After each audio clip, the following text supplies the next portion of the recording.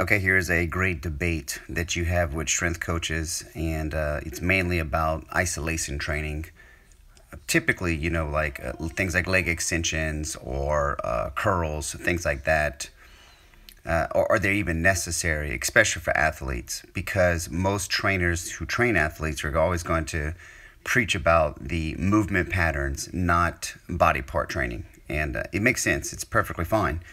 But the only thing is when it comes to grappling, I don't believe that anything is necessarily just unuseful. Okay, and so there's always been a myth that you can't build a great physique without muscle isolating exercises. And this has been dispelled many a times. There's many different types of styles of training out there, and they actually all produce results regardless. Now, we're not really talking about building a certain type of physique. We are talking about building better athletes. And so today we're specifically going over grapplers, okay? And the need for isolating training. Is it really necessary, okay? So before I get into my little stance and what I believe in, let's go a little deeper and make sure that we all understand and we're on the same page. So most exercises that we do in the weight room fall into basically two broad classifications. Okay, so we have isolation, which are movements such as bicep curls or knee extensions, like I said before, which are designed to work a single muscle group individually from the body. And then we have compound movements such as like a bench press and squats that work more from the point of a joint, okay, of a movement process. Okay, so a squat, even though is deemed in the classification as a quad dominant exercise, we are incorporating our hamstrings, and the hamstrings get recruited more as the squat becomes deeper. Our calves are recruited, upper back is recruited, and so is the abdominals. All right. In the real world, there's almost no such thing as an isolation movement, to be honest. And the human body is a system of integrated parts. Simply reaching for your coffee, involves movement of your shoulders, your elbows, your wrist. If I'm to lean over and grab my coffee, I'm going to be bending and twisting, which means I'm going to have to engage my joints of my rib cage and my spine, and maybe even my hips, depending on how far I lean over if I drop my phone in my car, type of thing. Okay, so bodybuilders and equipment designers try to get around the basic human philosophy of coordinated movements, and they like to break things down. And that's fine, because bodybuilders are sculptors of the human body. So we're speaking of grapplers today, all right? And is it really necessary for them to do isolation training? And I think it is necessary, okay? So what I mean by that, if you just simply look at that picture alone, okay? You are in an arm bar where your shoulder has been isolated. That shoulder joint has been isolated. There's no room for movement, okay? In order to get out of an arm bar, there's not much to do as far as bending the elbow joint. It's not really a curl. It's actually rotating the shoulder itself, okay? But one of the actions that save you from having your arm rip the fuck off is basically the bicep tendons, all right? The bicep tendons are your saving grace at this point, okay? And that has to be contracted maximally and isotonically for a period of time while someone's trying to break your shit, until you can remove the tension off the shoulder and allow the shoulder joint to then move and rotate, so you can then get the elbow joint also down to the floor, followed after you get the shoulder free and followed into the shoulder joint to the floor also.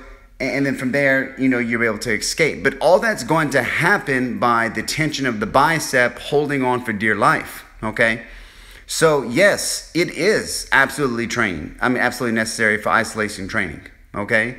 The other picture is someone doing a concentration curl down. It's just a cool picture off of Google, all right? It's really a shitty way to do a concentration curl. It's just for magazine purposes. The best way is by a supported beam that has no movement whatsoever. But The point I'm trying to make is that isolation training is important. You even have power lifters that do isolating training, okay?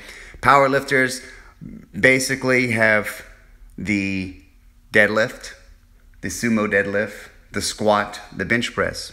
That's all they do, all right? But they do other exercises to help improve those areas. You look at some of the greatest powerlifters in the world out of the greatest powerlifting gyms, such as like Westside Barbell, and they are big in bicep and tricep training. Now, they're not fucking retarded. They don't go in there and start knocking out biceps and triceps before doing anything else. And I'm in no way advocating saying that a grappler needs to go in there and focus on working out arms, all right? Because a lot of people are going to misunderstand this information. They're going to take it as, oh, I need to go in there and have an arm day. Absolutely not. That is stupid and ludicrous, okay? And if that's what you're hearing, it's because that's what you want to do. Look, and if that's what you want to do, then go do it. Don't listen to me. It doesn't bother me, all right?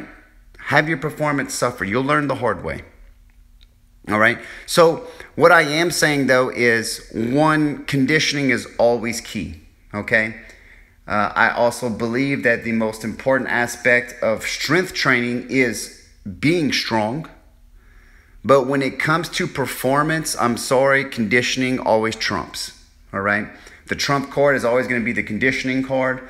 It is critical. It is the one aspect that I do test for every athlete. If we're doing a personal test, I test their conditioning and where they're at and where they're suffering and where they need to work on it. Then from there, we'll work on some strength and some other things. But if they can't move, we're going to work on movements too, all right? But after we dial in the conditioning, after we dial in the proper compound movements of getting stronger or getting the mobility down, a lot of these guys are suffered from so many injuries. These men and women can't even move in a fashion that's beneficiary for them to work out correctly or even perform in the mats correctly. All right, so we're going to work on that. Then we'll get to arm training, all right? So isolating training for grapplers is a necessity in my part. I think it's actually a great way to warm up for working out. You can use any type of curls. You can use any type of tricep extension movements to help warm up those elbow joints. And you can just simply use that as your arm work, you know, going into the workout, all right? You don't actually have to have a really heavy sets of arm training and things like that, okay? We're going to focus on conditioning. We're going to focus on our mobility. And then we're going to focus on our strength, all right? And we're going to focus on movements, not how good my legs fucking look when I'm doing leg extensions with short shorts, okay? That is not our goal. Our goal is to break someone's ass off before they break mine, all right? So if you're more into worrying about the way you look, there's absolutely nothing wrong with that. That is a different topic. That is a different group of people who play a different type of sport. And there's nothing wrong with that. But we're talking about grapplers and isolating training. And it can be beneficiary. It's just not going to be the necessity of your training. Okay?